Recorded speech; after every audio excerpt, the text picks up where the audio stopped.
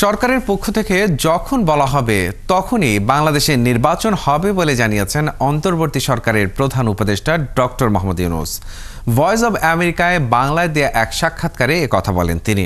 18 মাসের মধ্যে নির্বাচন হতে পারে সেনাপ্রধানের এমন বক্তব্য নিয়ে এক প্রশ্নের জবাবে ইউনূস বলেন, সরকারের মেয়াদ নিয়ে এখনো কোনো সিদ্ধান্ত হয়নি। আরো জানাচ্ছেন মাহফুজুর রহমান। সরকারের উপদেষ্টা পরিষদের প্রধান ডক্টর মোহাম্মদ ইউনূস বাংলাদেশের অন্তর্বর্তী সরকারের নানা বিষয় নিয়ে ভয়েস অব আমেরিকা বাংলার সাথে কথা বলেছেন প্রধান উপদেষ্টা ডক্টর মোহাম্মদ ইউনূস। দেশের চলমান আইন শৃঙ্খলা পরিস্থিতি, নির্বাচন, বর্তমান সরকারের মেয়াদ সহ বিভিন্ন প্রসঙ্গ উঠে এসেছে সঞ্চালক আনিস আহমেদের সাথে আলোচনায়। এ সময় সেনাবাহিনীর ম্যাজিস্ট্রেসি ক্ষমতার প্রয়োজনীয়তাও তুলে ধরেন ডক্টর ইউনূস। তারা বলছে আমরা তো আছি, কিন্তু আমাদেরকে তো পরোয়া করছে না, কারণ আমাদের তো কোনো ক্ষমতা নেই তা কিছু করে।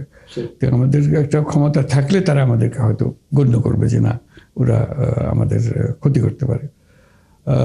তখন আমরা তাদেরকে ম্যাজিস্ট্রেসি পাওয়ার দিলাম, কিন্তু একটা সীমিত সময়ের জন্য, 2 মাসের জন্য আমরা দিলাম। সম্প্রতি সেনাপ্রধান বলেছেন 18 মাসের মধ্যে নির্বাচন হতে পারে। সঞ্চালকের এমন প্রশ্নের জবাবে প্রধান উপদেষ্টা বলেন, সরকারের পক্ষ থেকে যখনই বলা হবে তখনই নির্বাচন হবে। সেটা আপনি ইচ্ছে করলে ধরতে পারেন, কিন্তু সরকারের মতামত তো না, সেটা সরকার তো কোনো মত দেয় না এ পর্যন্ত। কাজে সরকার কখন মেয়াদ ঠিক করবে সেটা সরকারকে বলতে হবে। সরকার না বলা পর্যন্ত তো সেটা সরকারের মেয়াদ হচ্ছে না। মানে সরকার বলতে তো আমাদেরই বলতে হবে, আমাদেরকে বলতে হবে। আমাদের মুখ থেকে যখন শুনবেন তখন সেটাই হবে তারিখ। তরুণরাই সরকার চালাচ্ছে কিনা এমন প্রশ্নের জবাবও দিয়েছেন তিনি। তরুণদের হাতেই তো ক্ষমতা যাওয়া উচিত, বুড়োদের তো কোনো কাজ নেই, বুড়ো তো সব ভুল করে গেছে পর্যন্ত।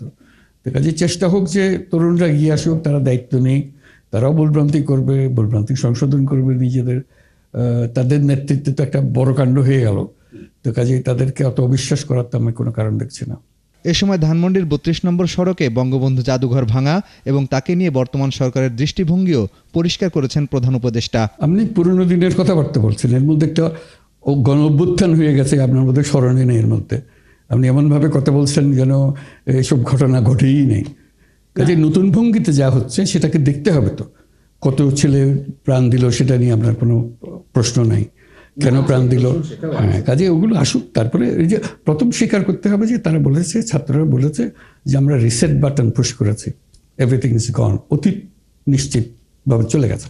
এখন নতুন ভঙ্গিতে আমরা করে তুলব, দেশের মানুষও তা চাই।